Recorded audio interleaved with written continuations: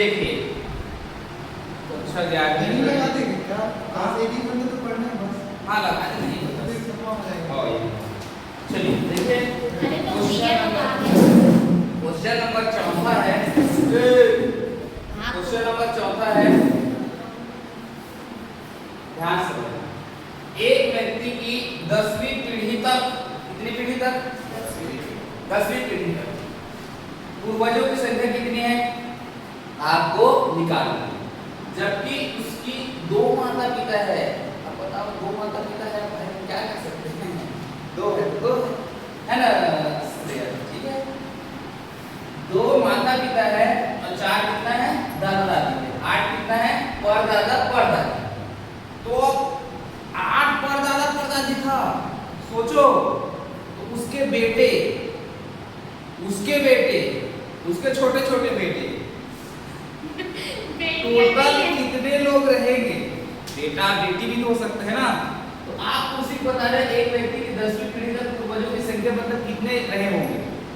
अब बताओ 10 पर कितना परदादा है? 8 और परदादी और उनके बच्चे रहे होंगे, है ना? उनके बच्चे रहे होंगे और उनके बच्चे रहे होंगे। तो उसी को बताना है आपको कितने लोग रहे हैं टोटल, ठीक है। चलिए तो सबसे फर्स्ट दिया है, तो पहले भी दिया है, वो पहला पद का मान होगा, है ना, प्रथम पद। अब इसको गुणोत्तर श्रेणी में बनाए। इसको गुणोत्तर श्रेणी कैसे बनेगा बताइए? इसमें 2 फिर 4 फिर 8 डेश डेश डेश कहां तक जाएगा? ठीक है। चलिए निकालते हैं। फिर a का मान क्या होगा? प्रथम पद 2। सर्वानुपात क्या होगा बेटा? सर्वानुपात क्या होगा? r बराबर t2 अपॉन में t1। तो r बराबर 4 बटा क्या आ जाएगा? तो r बराबर क्या आ जाएगा? r से बड़ा है कि 1 से बड़ा है कि 1 से छोटा है? r का मान बड़ा है किससे? 1 से। अब n बराबर क्या रखा जाएगा यहाँ? n हो गया।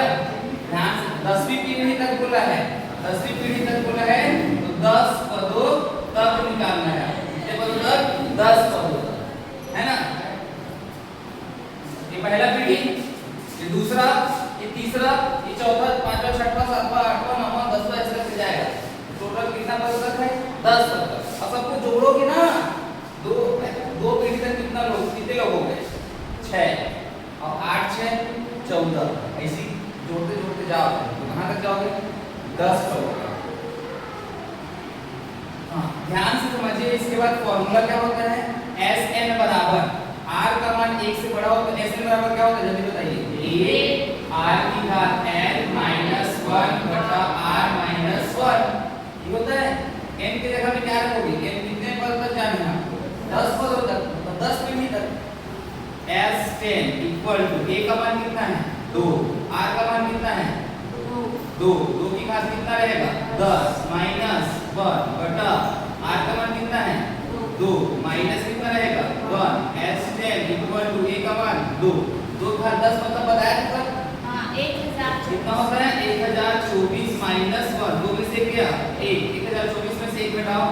S10 इक्वल टू 2 गुणा 10 सॉरी 1023 गुणा कर दीजिए।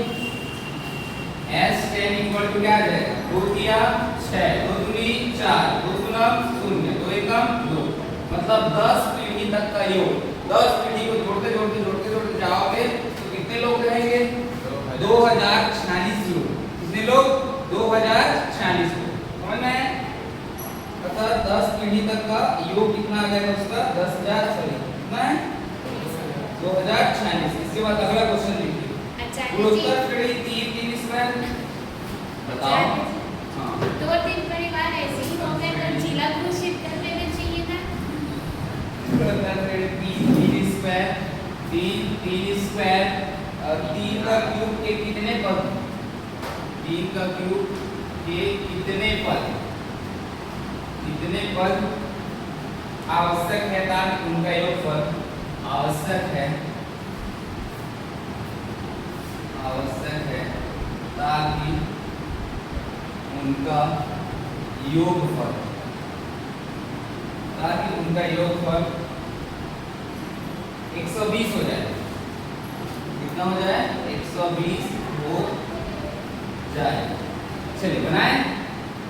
बताइए प्रथम पद क्या है इसका? 3 प्रथम पद क्या है? a का मान 3। सर्वानुपात क्या है जल्दी बताइए। सर्वानुपात r बराबर क्या होता है? t2 upon t1। क्या होता है? t2 upon t1। ये t1 ये t2। 3 का वर्ग क्या होता है? 9 r बराबर 9 बटा कितना हो जाएगा? 3 अर्थात r का मान कितना आएगा? 3। आपको बोला है उनका योगफल, मतलब Sn का मान दिया है। Sn योगफल होता है ना, ऐसे लोग किसे मतलब योगफल लोग क्या लिखते हैं? Sn का मान कितना दिया? 120। आपको निकालना क्या है? कितने पर पदों के संख्या किसे दर्शाते हैं? n से तो क्या निकालना है आपको? ये निकालना है ना। चलिए बताइए r का मान 1 से बड़ा है कि नहीं? बड़ा है। कौन सा वाला फॉर्मूला लगेगा बताओ? Sn बराबर a r की घात n माइनस 1 बटा r माइनस 1। ये लगेगा तो क्या आ जाएगा? यहाँ से देखिए s Sn का मान बताइए कितना है? Sn का मान कितना है? 120 बराबर a का मान कितना है? 3। r का मान कितना है? 3। r का मान कितना है? 3। घात में कितना है? n minus 1। r का मान कितना है? 3 माइनस 1 हो गया। 120 बराबर a का मान 3 की घात में n माइनस क्या हो जाएगा? 3 की घात n माइनस 1 बटा 3 में से क्या? 2 इधर आएगा, 3 कहाँ जाएगा? नीचे। तो बताइए 120 गुणा 2 बटा क्या रहेगा? 3 बराबर 3 n की घात क्या रहेगा? माइनस 1। अब ये 3 चौक 12, 3 शून्य 0 गुणा 2 3n माइनस क्या रहेगा? 1। कितना होगा? 80 माइनस 1 इधर आएगा तो प्लस 1। 3 की घात n 80 और 1 81। 3 की घात n 81 क्या लिखोगे? 3 दिया 9 दिया 27 दिया 81। 3 की घात कितना रहेगा? 4। 3 की घात कितना होगा? n।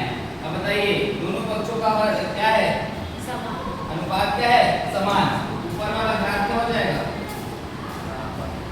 पता कितने पद का योगफल 120 होगा? 4 पदों तक का योगफल। मतलब 4 पदों तक का योगफल कितना होगा? कितना होगा? 120 120। नोट कर लीजिए।